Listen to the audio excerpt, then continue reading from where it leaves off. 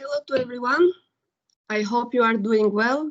Today I'm very happy as we have a very special guest in our class coming from Amsterdam. Miss Julia is a very award-winning entrepreneur. She is an innovator. For the 2020, she has been listed among very well-known organizations as a Woman of the Year, Entrepreneur of the Year, Innovator of the Year. She has a very extended experience on business advising and innovation in her life. But most recently, she is well known for her initiative in the lockdown period.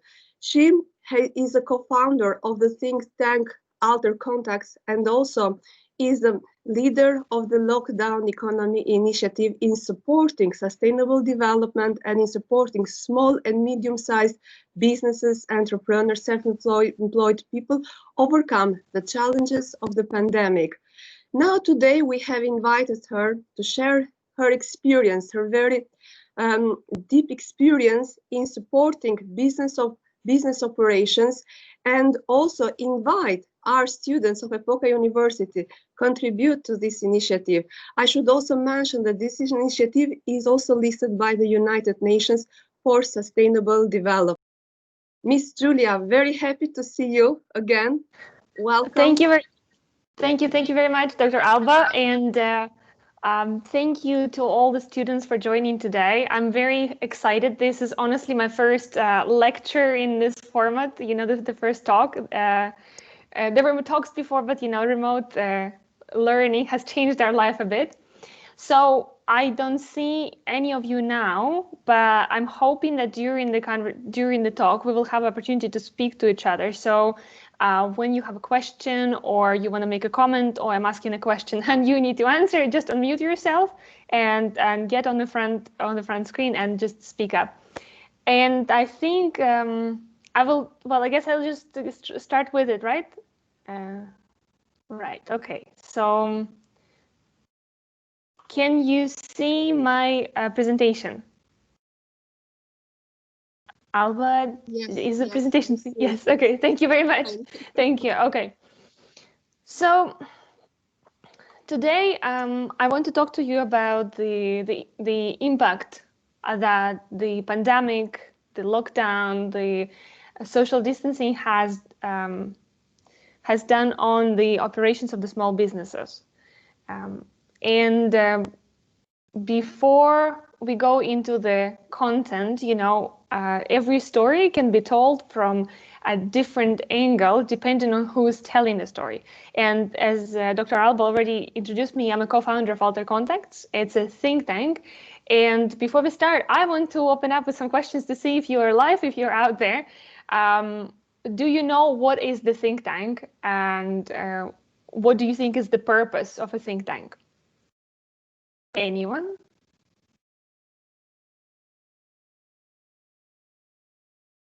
You can unmute yourself or write in the chat.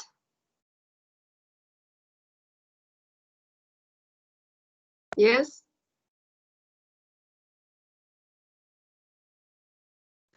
Come on, guys, be brave because I'm going to ask a lot of questions. If we're going to wait so long, it's going to take a while. Anyone? We only like 25 people here at the moment, so don't be shy. We have one reply from one of the students, and let me check from the chat. Corporation, maybe. Okay. Yes, other thoughts? All right. And if possible, just unmute yourself. You don't have to go on video if you don't want to, but I don't see the chat on my computer. This is the first time with Microsoft Teams. I control the chat. Okay, don't worry. I control the chat. So, any other opinion? Any other think tank? Have you ever heard of a think tank before? Maybe you know some very important one, for example, like Chatham House in London. That's a very interesting think tank. Any recollection of what it does or why it exists? Miss Julia, this is the purpose we have invited you here. Okay, so the other students, I do not know. So, okay, we have a gap that you are just filling. Okay, perfect. At least we established that nobody so far is familiar with what think tank does, and that's why I am glad I included the sort of the general part. You know, the think tank is usually is an independent organization, and we have a very special purpose of bringing attention to the institutional voids that exist. So, for example, in the case we're going to talk about of the small businesses during the pandemic, the institutional void is that there's not enough support for the small businesses because the governments don't really know what they need. So they give a blanket solution of giving a little bit of money to each business, but that is not solving anything. But they're so small that the government doesn't have the capacity to go to each business and ask them, so what is that challenge that you have in a small business? So that the government can then address those challenges in a very targeted way, so that it makes sense.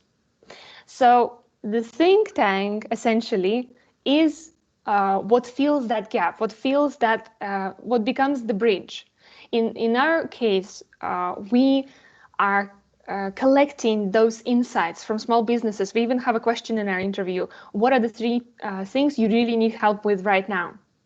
Now, after we have collected a lot of the interviews, like enough to have a sample for a specific country or specific industry, we can then prepare it as a report, as a paper, and submit it to a certain level of the government, of policymakers, decision makers, and ask them to take an action on it, and then represent that group with the government. So, in short, and of course, the think tank AlterContacts. Oh yes, one more thing, that different think tanks, they work in different areas of issues, let's say. So the one I mentioned, the Chatham House, is a foreign affairs think tank. So the only issues they deal with is foreign affairs. Whatever is concerned with geopolitics, international policy, you know, these kinds of things. They produce reports and all that.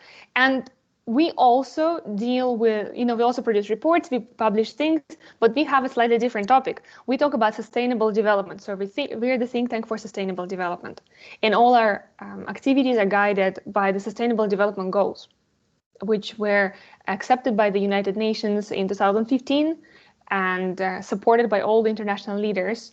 And by 2030, we have the mandate of achieving them to make our planet cleaner, happier, healthier, safer, and just a better place for everyone, and a more equal place as well for everyone. While you and I are talking now on Microsoft Teams on different computers, doing the university education online, there are half of the population of the Earth that don't have access to digital technology. So that's something that other sustainable issues, but not the one that we're going to cover today. And of course, as a think tank, we come also to different decision makers to help them assess the actions they're going to take, the implications of those actions, how sustainable they are. Actually, yeah. So, and we use the unique methodologies that we have in our think tank, and we have 28 experts in many different countries. So sometimes we used to fly in for assignments, but now it's more remote, and we're still looking for the ways to adapt to this new normal. All right. So any questions at this point? And please be brave. At least write them in the chat. If not, say them out loud. Any questions? Yes, questions? It's my first time doing an online class where I don't see the people listening. So I don't even know if you guys are listening. So please ask some questions so that I know. Everything is fine. Okay, perfect. No, I'm not worried. It's just, for the purposes of learning. Okay, if you have any questions, just pop them in the chat and then we'll address them. For the moment, everything is clear. They do not have questions. All right. So as you saw on the previous slide, that one of the important functions of the think tank is incubating the solutions for those problems that we identify. And in 2020, we have incubated the initiative, a Lockdown Economy, that addresses the challenges of the small business during the pandemic. And it started out, of course, from a small prototype. We just interview some small businesses, we see how it goes, then we formulate a structure around it, we conceptualize and all that. And eventually, once we had the first prototype, we realized that what it is. So we don't start from saying we just gonna start the initiative. It's gonna be non-profit. It's gonna be socioeconomic. No, we start from the prototype. So there's an issue. We think we have a solution. We test on a very small scale if this is really, the right connection, and then we scale it a little bit, and then it takes shape. So it's a gradual process. It's it's with according to the best practices of innovation, because you're agile. Every week you have sort of a new strategy. You have the long-term vision, but you have to adapt every week, and a lot of brainstorm. So going back and forth from the potential customer, back to the drawing board. Even with the nonprofit initiative, there's still a customer, because we're still doing that for small businesses. So, but there are four key functions that we identified that the lockdown economy fulfills. And the first one, and the most important one, it creates an opportunity for people to create the social cohesion, the social dialogue, exchange the opinions from different sectors and different countries in the world, and bring it all together in one place without actually you having to know any of those people. But at the same time, UC connects and fosters new partnerships. At the same time, we do connect people, who participate and who then reach out to us and say, I really want to know more about that business. Can you make a connection? And yes, we make that connection. And of course, when you have so many different insights and lessons from those small businesses, it is an amazing knowledge base that everyone can source their ideas from. And for the featured businesses, for the ones that are on the view, the ones that are actually brave to share their lessons, they get the visibility, they get the, well, you can call it a promotion, but we try to be a more holistic side, I think, and we call it the visibility, because that's what most business owners have told us, that right now the online world is so saturated that it's almost impossible to make yourself known if you didn't have already established clientele. So, and the next thing I have here, the business cases, right? Since, let's say, the 1st of June until now, we have recorded, actually, by now already 60 cases, because we record from 2 to 5 interviews per week. But here I have 55 cases, and the majority have more than one person, but less than 5. So it's usually 2 or 3 people, because it's very difficult also to be self-employed, and because everything falls onto your shoulders. We have spoken to 15 sectors, and you can see that there's quite a big drift into consultancy. And if you add coach into that, so because it's also like consultancy in a way, I think for the moment, it's difficult to get the time from the businesses that have something tangible, because, and we're going to speak about, well, I guess judging by how conversation is going, I'm going to speak about it later, but I still hope you guys will chip in at some point. So what we have is that the businesses that could stop operations quite easily, that did not have a lot of capital investments, a lot of really heavy assets to take care of, they were more available for those interviews. Whereas the businesses that like, hairdressing salon or restaurant or gym or something that really, while the lockdown was happening, everything had to be closed, but there were still all these costs to take care of. These guys did not have that much time to do any kind of interview. We're hoping that now, closer to the end of the year, we'll have more connection to those tangible businesses. And of course, we now are in 13 countries. And just a few days ago, we were registered on the United Nations volunteering platform. That means that we can source our volunteers from the pool of 600,000 people from the who are registered United Nations volunteers. And I think we're going to come to China very, very shortly. And I think also America and Kenya and all sorts of interesting countries. So, but for the moment, we have 13 countries and 4 languages. And you can see that majority in businesses from the Netherlands. And we have a big group from Mexico because we have 2 interviewers there. And hopefully, when I'm going to be showing this graph at the end of your course, there will be also a big group from Albania, which is, I'm hoping for that. All right, now let's try again the conversation. I don't know if you warmed up a bit. How did the COVID-19 pandemic affected the operations of small businesses?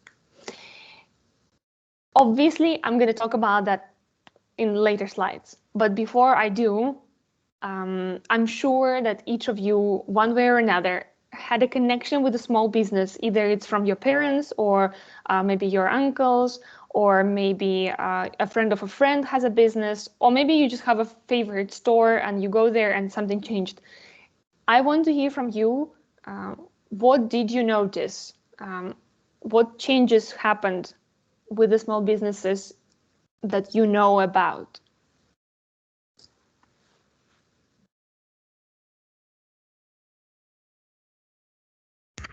Hello. Hello. What's your name? I'm Maggie. Okay. Hi, Maggie. So tell me. Okay, so I'm sorry for before when you wanted someone to speak up, but my mic was not working for the moment. So I just got ready the thing.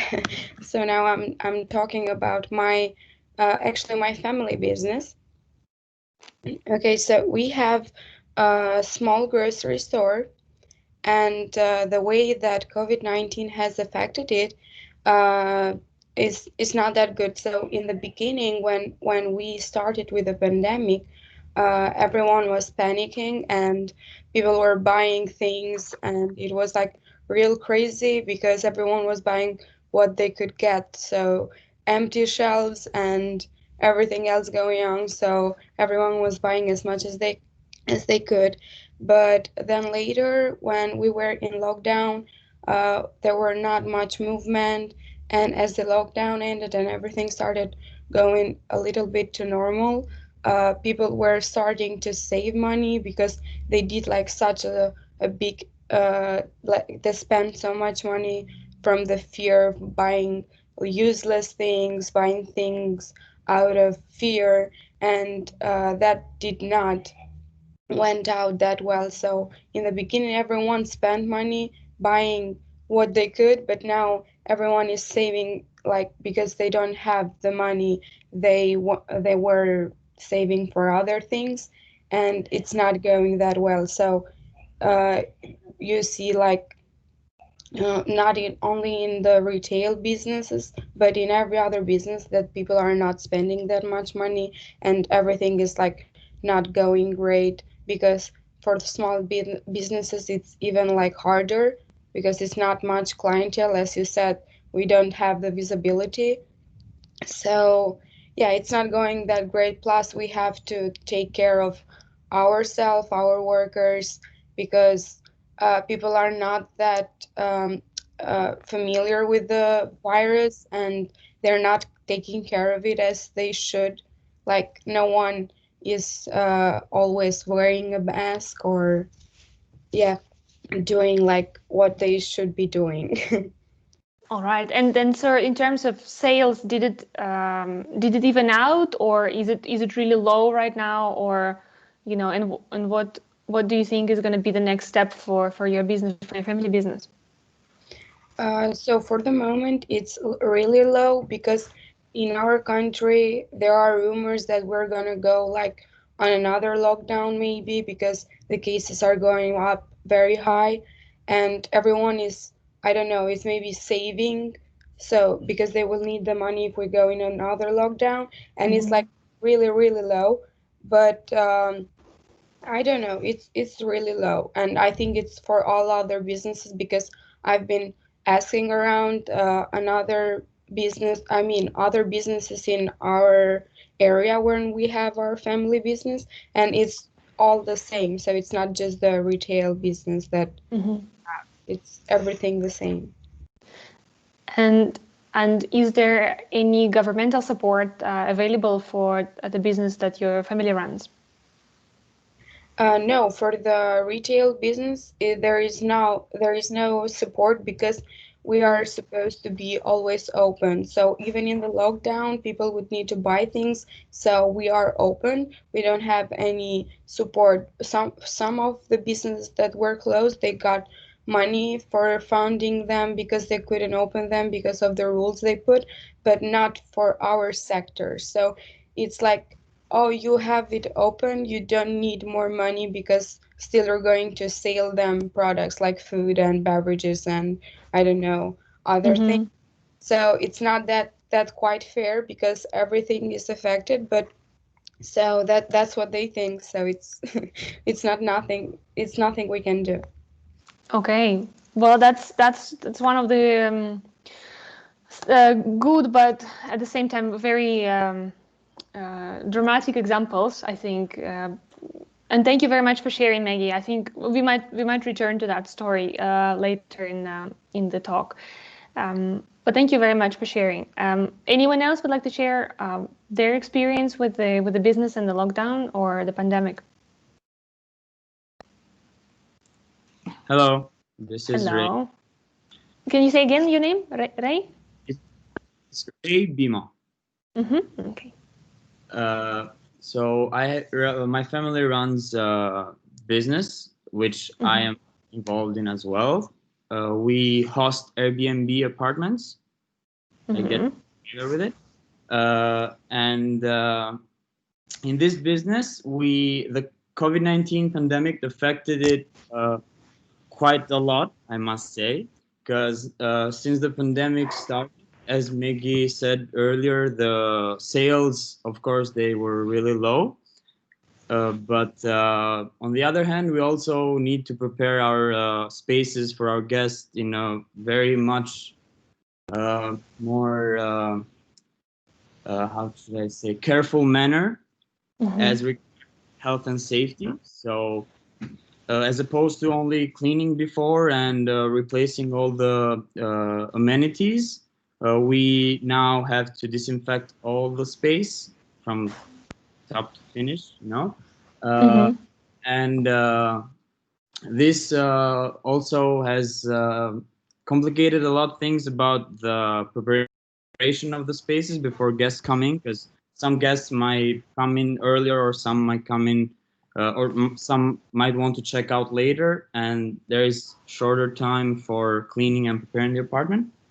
But I also seen that in some really, I would say, really good managed businesses here in Albania or in Tirana, they start to notice the real danger of this virus, and they've started to take measures for the virus, such as disinfecting or even keeping the distance in supermarkets. But I would say that in most businesses here in Tirana, they don't really care. You would go into, like, I don't know, grab a sandwich or a hamburger, and the same employee that would prepare the food would also take the cash without wearing gloves, which is like unacceptable. But here it's quite common. But I would say that this pandemic has been a real challenge for everyone, like even in all around the world, not only in Albania. But I think that if everyone would start taking care more of their spaces and environment, like cleaning and wearing masks every time they're indoors, that would really help this situation. It will really help slower the rate of the cases of the COVID-19. Yeah, of course, it's true. Thank you very much, Ray. And do you think that you're so conscious of the fact that people have to wear masks and they have to, disinfect properly because you have the business and you know how much that whole, how it connects to the decrease in customers and how it all connects to, lowering the quality of the business. Yes, because it has such a great impact, not only in business, but it's like, I don't know, I would say a slippery slope. If you make one mistake at one space and there's one customer who could possibly have COVID-19, because the problem is that even we don't know if we have the virus or not, if we don't get tested, or because some can be asymptomatic. But what I wanted to say is that if you don't take care of the space of your working environment, there could be some problems later, and that would impact your business and your society as well, because that way you're like contributing in the expansion of this virus, I would say. Yeah, absolutely. I think so many people, you see so many people that are unconscious of the fact that they can be spreading it, or they can be, falling ill from it. But yes, thank you very much for sharing the story as well, Ray. And yeah, we'll be coming back to it during the conversation, I'm sure. Thank you. Let's hear another one. I think the last one for the moment.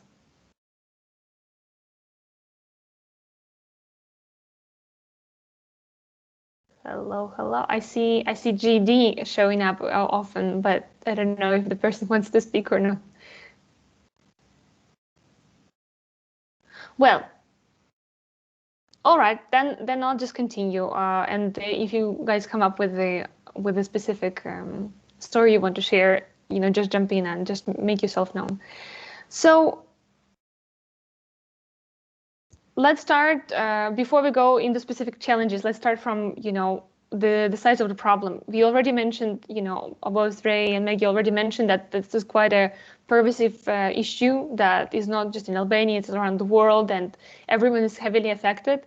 And the group of entrepreneurs is one of the most severely hit by this pandemic, because as I mentioned at the beginning, we are also small, the individual entrepreneurs and small businesses, that there are not enough systems in place to protect us from sick leave, from unemployment, from taking care of our employees, from any of those things. We're too small.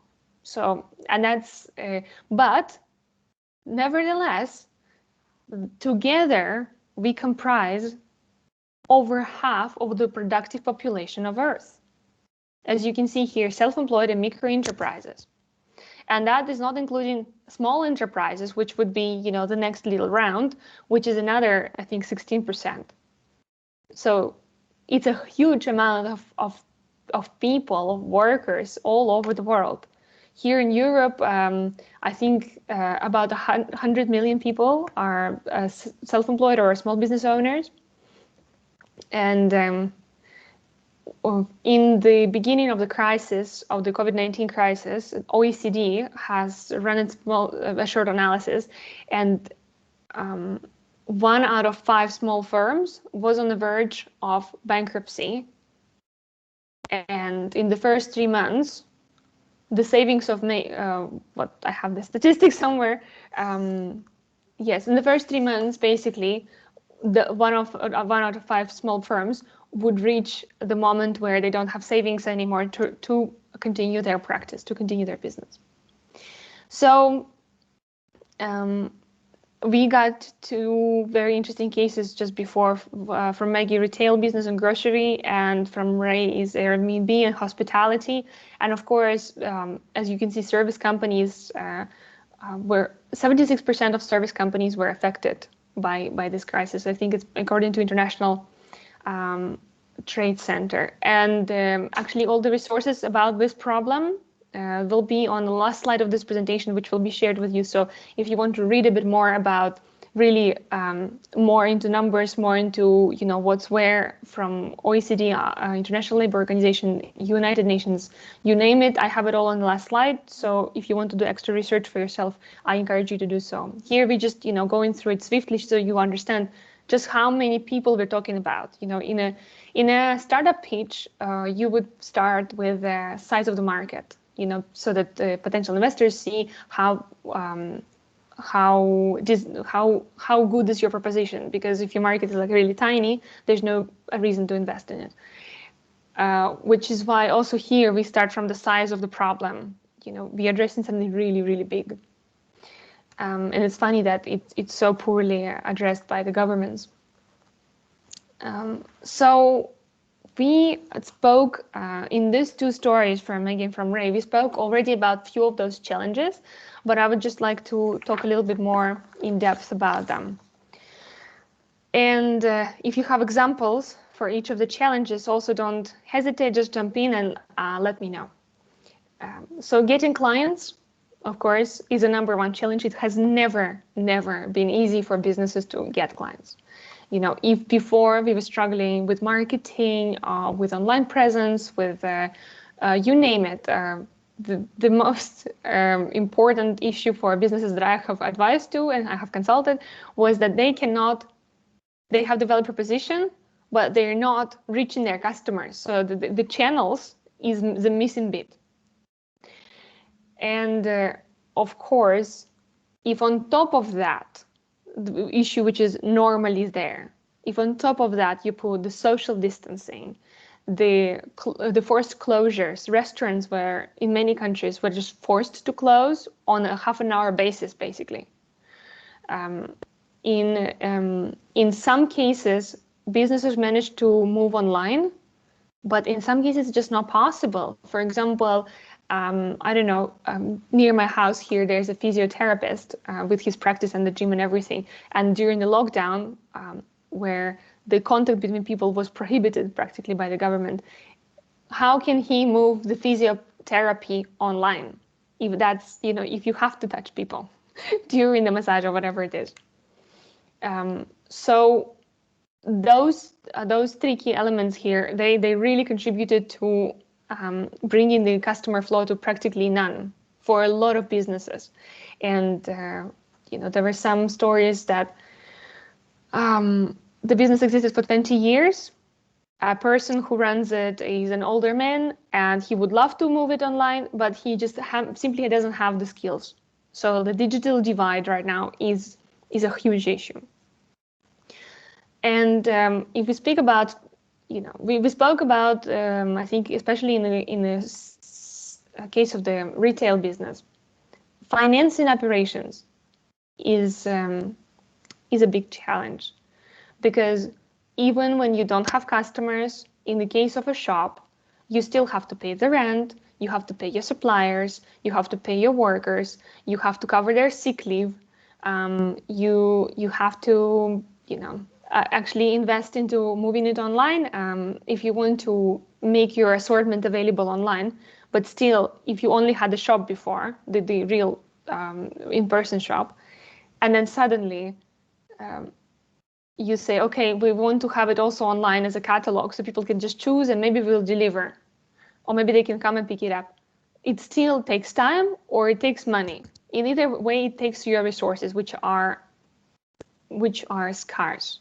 They're always scarce for small businesses, but in the pandemic, it just really surfaced just how badly they're equipped for these conditions. And of course, we spoke already with Maggie about this, that there was no support from the government for the type of situation they were in. And while, a lot of employees were sent home and they can continue working for the big companies, and maybe there were some subsidies available for supporting the employees, the small businesses were still sort of an outcast, and they still are in all of that system. And the third very important challenge is, how do you adapt your business model to this new normal?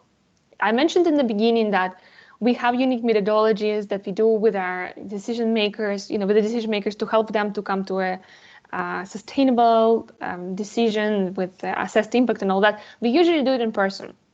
That was sort of the value proposition. We do intense think tank process while everyone's in the room, and that's it. And there is a follow-up then.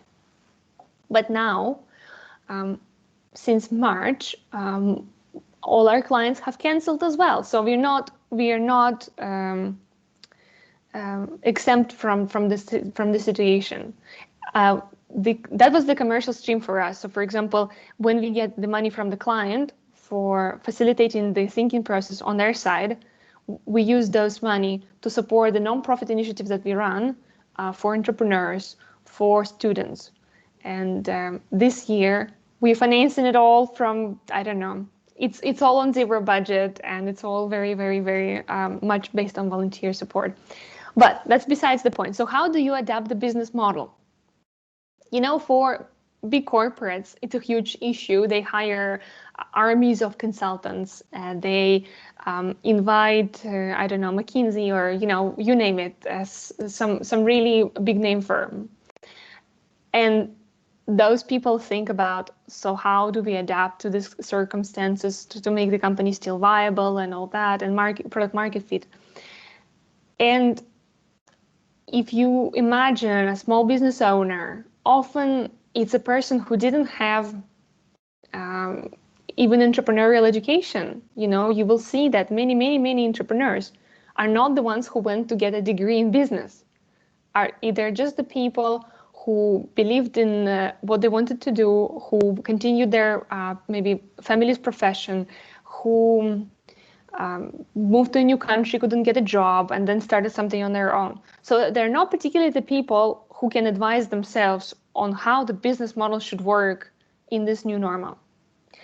And of course, there are no monetary resources to hire a consultant. And even if they could, are those consultants really the right people to advise them on the business model if the situation of the pandemic is the first time, well, of the global pandemic, is the first time in the history of, you know, let's say, of the generation of all the people who are now alive. So who is really an expert? Can anyone really advise? And here I want to make a little pause before the next one, before the last challenge, and ask if anyone has a story to share that can give a nice case study for some of those challenges, or maybe some other challenge I didn't mention yet.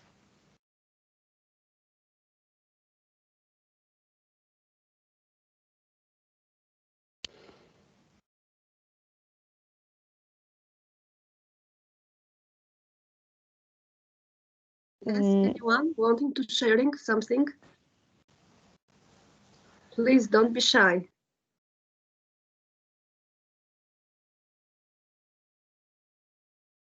All right. So anyone? Okay, if you decide that you want to, put a message in the chat that you want to respond to this question. Okay. Then we go to the next one. And in the whole, in this whole situation, what was really a missing bit is the information. You know, in many countries, subsidies were available, but then you have to know where to look for them. You have to know how to fill out those papers. And that's just one side of the problem.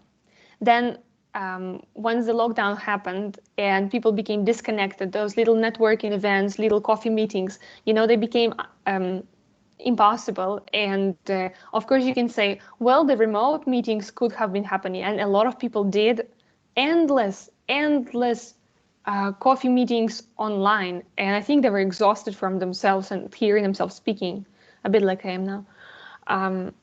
So of course, for businesses that were trying to survive, all these endless online meetings were not an option.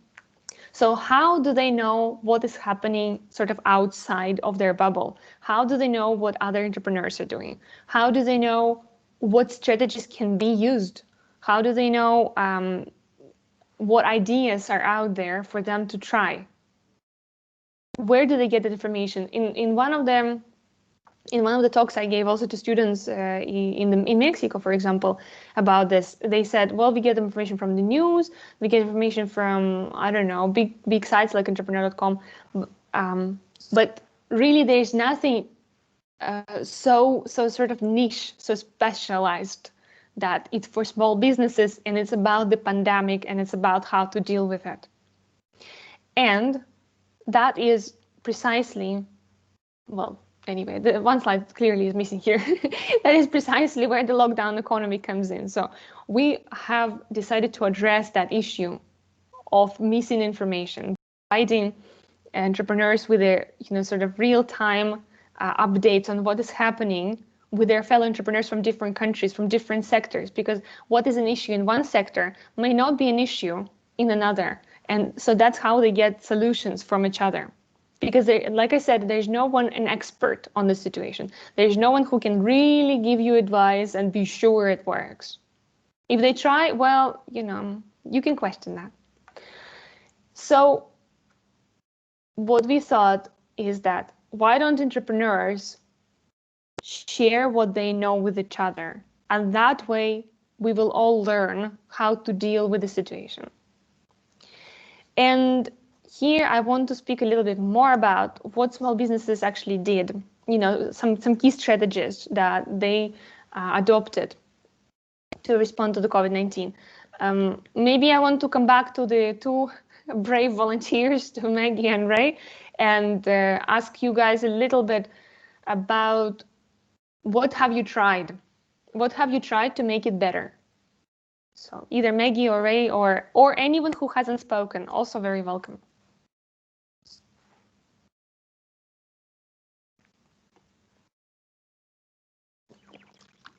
So in my retail shop, in my grocery store, we didn't have the funding to go online, but what we could do was that we know we had some elderly people in our neighborhood, so we know they would need groceries, but they were not allowed to go out. They were allowed only on a short period of day to go out, and what we would do were we gave them our mobile numbers and they could text or call us. They would probably more call us and let us know what they need, and we would just pack them, and our employees were volunteering to send them at their doors because they couldn't go out and they were the most risked ones. So yeah, we just packed what they need and we just send them to their doors. Or in other cases, when people were not wearing masks or gloves because we could not allow them in our shop, they would just tell them, let us know what you need and we'll send them out here at the door and you just pay and just go. So we could not let them go inside the store because in a grocery store it's really risky because people will touch everything, and as they talk through the shelves, they could just really help contributing in risk everyone, because that's what COVID is like. You can just without knowing share it to other people, and in a grocery store, as you touch many products and other people come and touch them too because they need to pick them up from the shelves to buy them, it's really risky. So somehow that's all we could do, but because we were also unprepared, so we didn't know what to do. That's what we just did for the moment. So that's how we did it. But now if we have someone that doesn't has the mask, we just simply sell them masks. Now we have masks and gloves in our store, and we have started selling them the masks because that's one way how to do it. Even we profit a little bit maybe by selling them the mask, but we can just let them go without mask on. Yeah, that's a very, very good example. I really like, especially the first part of the story about, helping the elderly in this crisis, and there are ways. This is precisely the beauty, of those lockdown economy stories, because this is the entrepreneurial stories, and it's so ingenious, to sort of to say, okay, well, we don't have money for online web shop, and arguably our customers are older people, they don't even use online, but we can give them our phone number and they can tell us what they want because they've been going here, they know what we have. So that's brilliant. I really like it. And this is, this is one of those things that when you share it through a global initiative, maybe you're not sharing it directly with anyone in your vicinity who, sometimes people worry that their competitor will take their strategy and, it's all going to be very bad. But here you're sharing it sort of with the whole world, but maybe somebody in Thailand will acquire that strategy. And they're not your competitor, but they're also gonna, survive thanks to your idea. So that's how it works. And thank you very much, Maggie, for sharing. Really, really nice. Ray, did you, in your Airbnb business, tried something? Because we spoke about, low sales and harsh regulations and health issues. What have you tried? Well, two strategies come up in mind. The first one is that my prices dropped by 30%, which is really, really bad. And the other thing is that prior to the pandemic, I would try to meet the guests for checking. So they would meet me and I would tell them that I'm available for any requests or problem you may have. I would always introduce them to the space and let them know about any manual or how things are done around the house. While now during the pandemic, I set up some log boxes and the entire checking is done remotely. I write really, really long texts with instructions about the space and how to check in and the address and everything. And the guests just come in, find the key in the lock boxes and enter their apartment. Once they're in, they may ask me about anything in there or if they have any problem or request. And I try to keep also my employees, for example, the cleaning ladies, I try to keep them as far from people as possible, from guests or even from me. Even she gets the key of the office and the supply cabinet from a lockbox. And she goes in, gets the supplies, goes in the apartments, and after she finishes cleaning, or even if the guests arrive prior, I tell her to finish up or just stay in the apartment she's cleaning, so they can drop off the luggage in one big closet I've put in the entry in the hallway of these apartments, so they don't have any contact with each other. Okay, so that's a great way, of course, to adapt to the situation. Space optimization. Organizing how people move, where do they meet, how do they, how to keep them. You already doing so. I know we are in the course of operations management, right? And this is precisely a really great example of, on a small scale, how much the owner of the business has to think about, the flow of people, how they meet, and where what comes from where, in terms of supplies, the baggage or the cleaning things. So that's a very interesting example, and I think it can be a great case study, even sometimes more interesting than the big operations. But all right, thank you very much, Ray, for sharing. The log boxes with the key, that's a separate story, of course, with Airbnb. I've traveled last year because we still could travel. You stayed in 10 different Airbnbs, and in many of them there was log boxes, and it really becomes a escape room type of activity when you try to follow the text and then find this bush, and behind that bush is the post box, and in that post box put in the code. And so I hope it's not. Were really difficult to find the logboxes. Even for me to explain them how to get to them, it was a bit difficult. But now it's better. I got the hang. Yeah, absolutely. So this is another point to operations. You have to really think, how do you write instructions so that people can follow it and understand it, and it's internationally understood. It's not just, to use very simple language and, very structured way. But okay, thank you very much, both Maggie and Ray. I really appreciate that today you volunteered to speak with me and sharing your insights. That I think that also gives the rest of the group an idea that the small businesses are not a faraway idea. We are all connected to them. They're all around us. And they're run by simple people like you and me. So we have just 10 more minutes to finish, and I want to share with you the strategies that some other businesses acquired. So the first one, of course, cherish your clients. From Maggie, we heard they went to elderly and they said, what can we get for you? That's a very good way.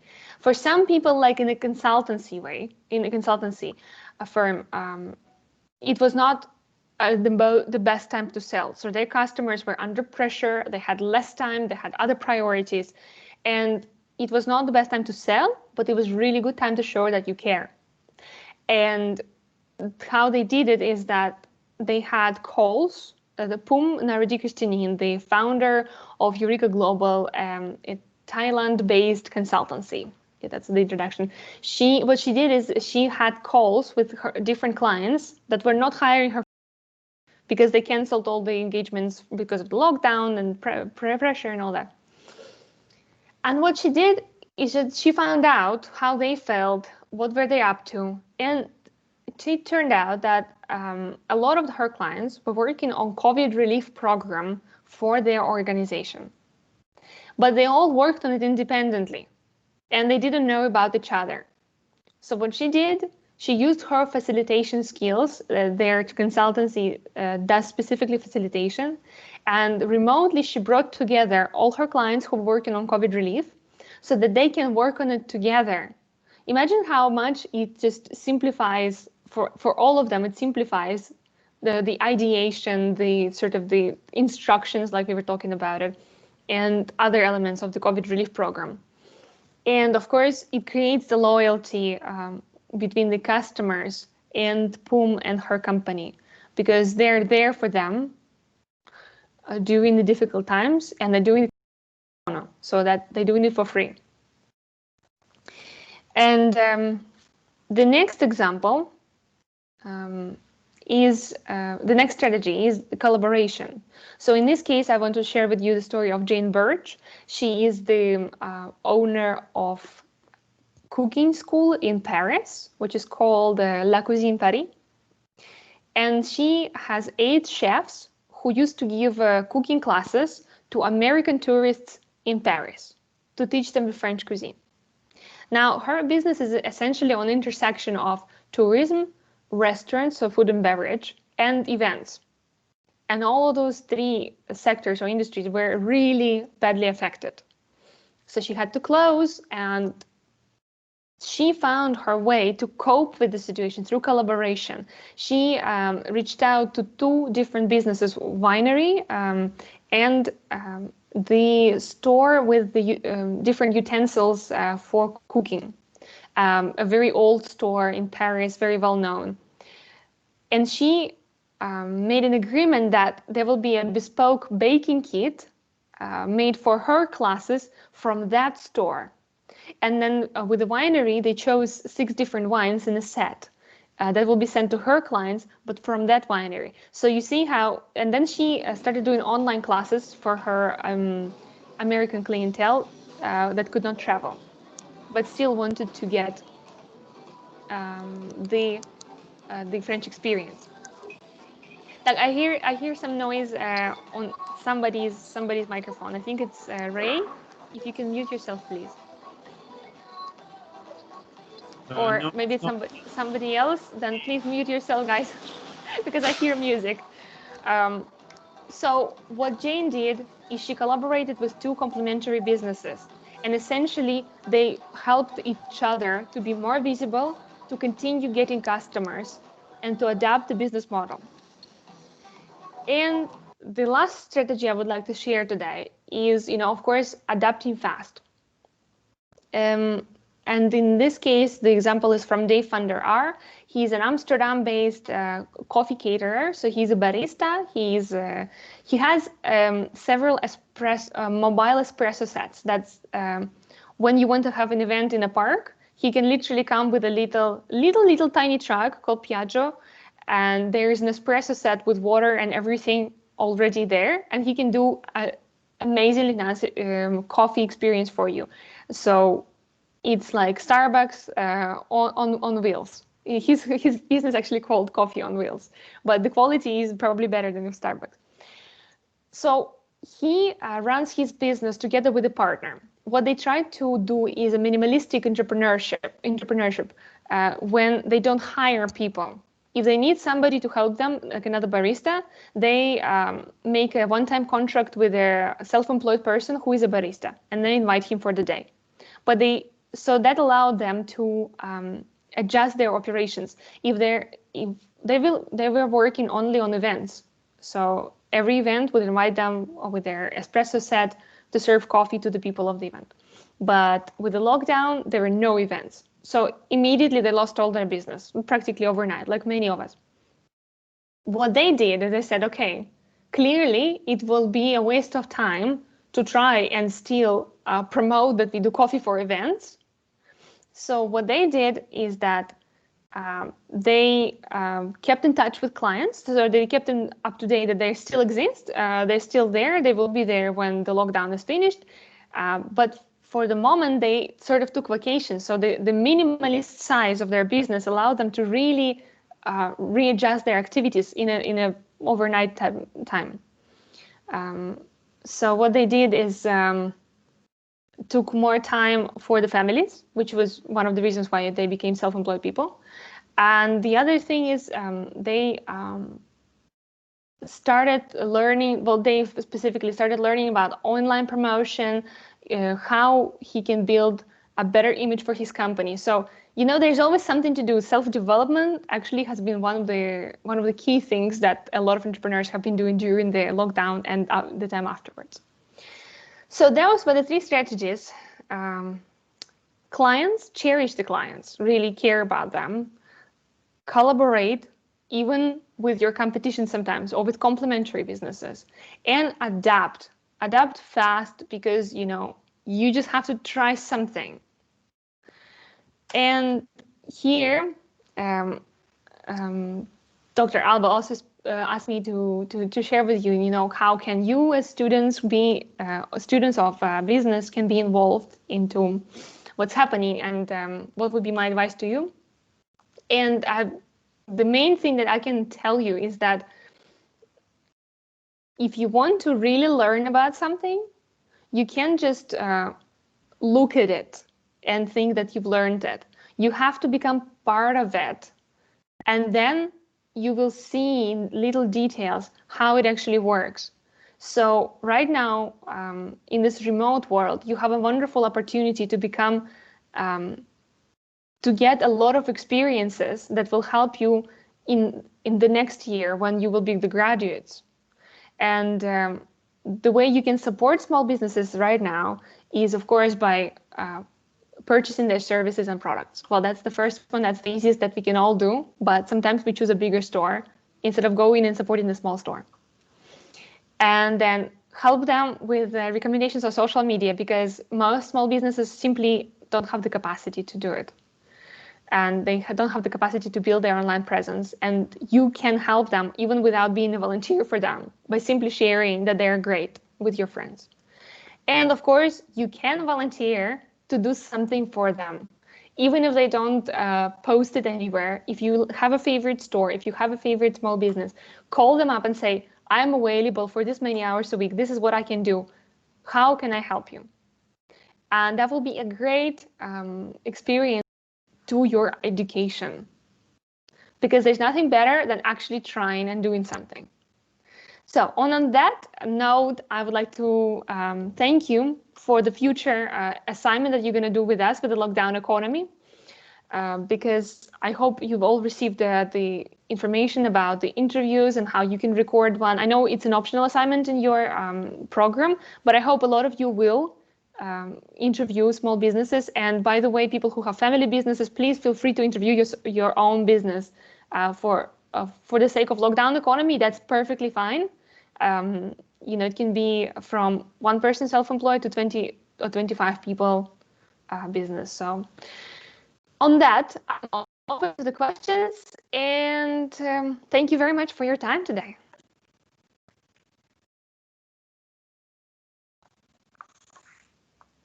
Any questions? Thank you very much, Ms. Julia, for being part of our class. Now I will unmute the students, because